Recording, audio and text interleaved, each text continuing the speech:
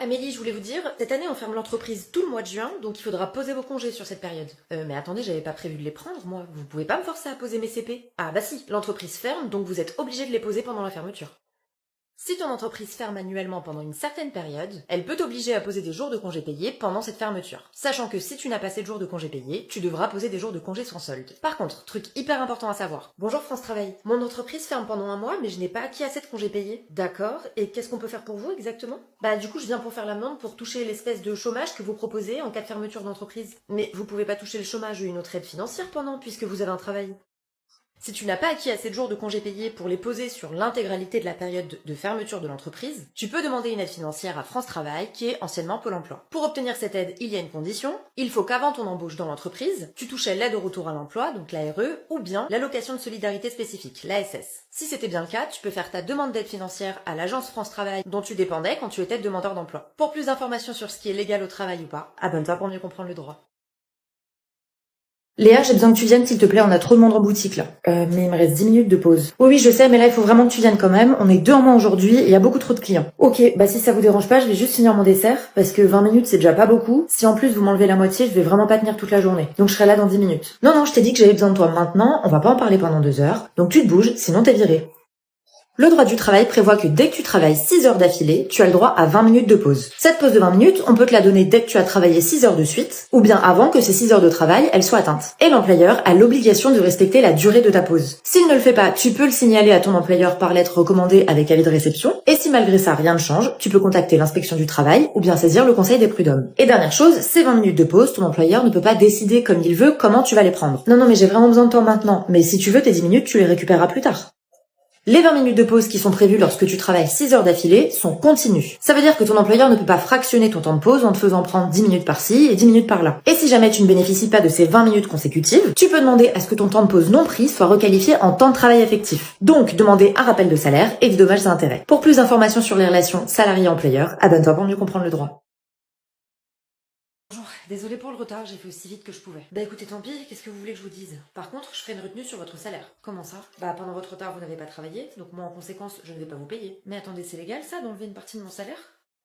Les sanctions pécuniaires sont complètement interdites. Donc en principe, un employeur ne peut pas moins te payer, te retirer une partie de ton salaire, par exemple si tu refuses d'accomplir une tâche, ou si tu utilises du matériel professionnel à des fins personnelles. Mais l'employeur a bien le droit de pratiquer une retenue sur salaire si tu arrives en retard ou si tu ne viens pas travailler. Ça c'est dû au fait que ton absence va libérer l'employeur de son obligation de rémunération. Et ça, peu importe la raison, donc peu importe si ton absence est justifiée ou non. Par contre, vous vouliez me voir? Oui, j'ai un problème avec ma fiche de paye, il me manque 3 heures de salaire. Ah bah oui, c'est vos retards. Comment ça? Bah vous êtes arrivé 3 fois en retard le mois dernier. D'accord, mais à chaque fois j'avais 10 minutes de retard, donc je ne comprends toujours pas les 3 heures que vous avez retirées de mon salaire. Ah mais on va pas compter à la minute près par contre. Si vous arrivez en retard, je vous enlève une heure de travail.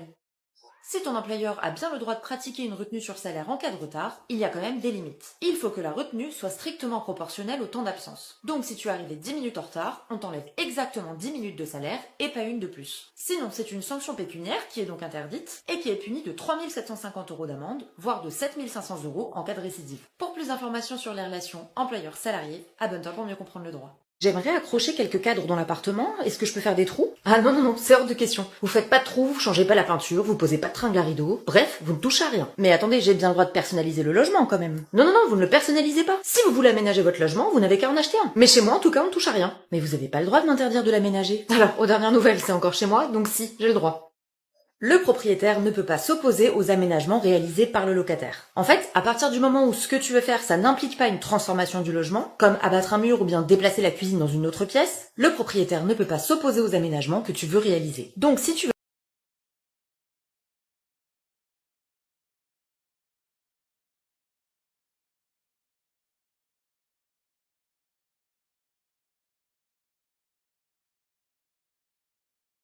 Alors la cuisine c'est fait, et pour le salon, bah écoutez ça m'a l'air nickel. Hein. Ah non, sauf là, je vois quelques trous que vous n'avez pas rebouchés, comme dans la chambre d'ailleurs. Je suis désolée, je les ai oubliés. Bah écoutez, je les note juste dans l'état des lieux, mais vous inquiétez pas, hein, ça change rien. Et vous pensez que je recevrai la caution quand à peu près? D'ici la semaine prochaine, on va vous la rendre rapidement. Je vous appelle parce que je viens de recevoir le virement de la caution et je viens de voir que vous aviez gardé 150 euros. Oui, oui, absolument. En fait, il y avait quelques dégradations, donc c'est le montant qu'on a retenu pour faire les travaux. Mais attendez, quelle dégradation? Bah, les trous dans le mur que vous n'avez pas rebouchés, il y avait 6 trous et c'est 25 euros par trou. 25 euros par trou? Mais vous plaisantez, j'espère. Non, mais écoutez, c'est comme ça, vous n'aviez qu'à les reboucher avant de partir. Non, non, mais attendez, comment vous arrivez à 25 euros par trou? Parce que là, j'aimerais bien comprendre quand même. Écoutez, on va arrêter là, j'ai pas à me justifier.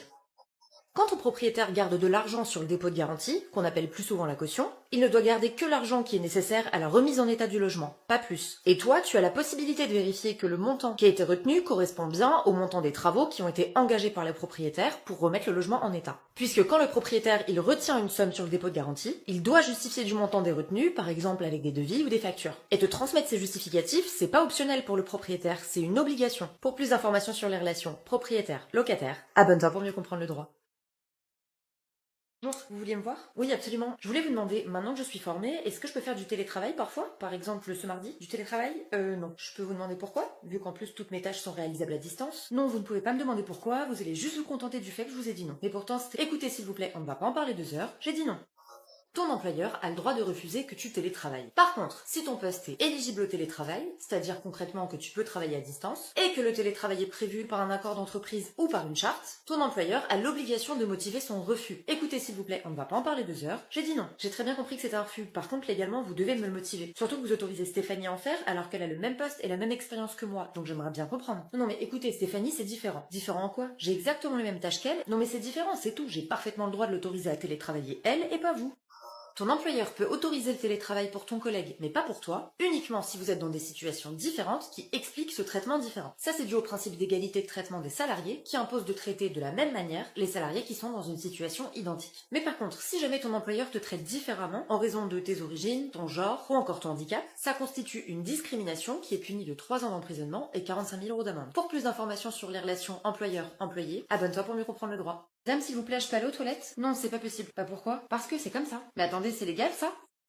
En principe, les profs peuvent te refuser d'aller aux toilettes pendant un cours, sauf si tu as une contrainte de santé particulière. Madame, il faut vraiment que j'aille aux toilettes. J'ai un problème médical, je peux vraiment pas attendre. Tu as un certificat médical qui le prouve? Oui, oui, regardez. Ok, alors vas-y. Madame? Quoi? Toi aussi t'as un certificat médical pour aller aux toilettes? Non, non, pas du tout, mais je voulais vous demander, est-ce que c'est vrai que si un prof nous refuse d'aller aux toilettes mais que ça nous fait souffrir, on peut vous attaquer en justice? Comment ça si t'en souffres? Bah par exemple si on se fait dessus en classe et qu'ensuite on se fait humilier, donc on en souffre psychologiquement, ou si ensuite ça nous crée des problèmes de santé parce qu'on s'est trop retenu.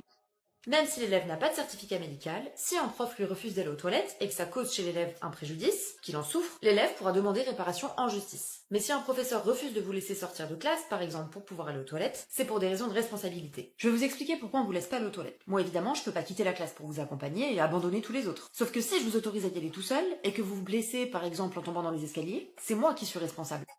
S'il arrive un accident à un élève, quelqu'un sera bien responsable, mais ce sera pas nécessairement le professeur. Dans les écoles publiques, en cas d'accident d'un élève pendant un temps de classe, la responsabilité de l'État se substitue à celle du professeur ou du surveillant dans la très grande majorité des cas. Donc la personne que les parents devront attaquer en justice, ça ne sera pas le professeur, mais l'État français. Et pour plus d'informations sur ce qui est légal ou pas, abonne-toi pour mieux comprendre le droit.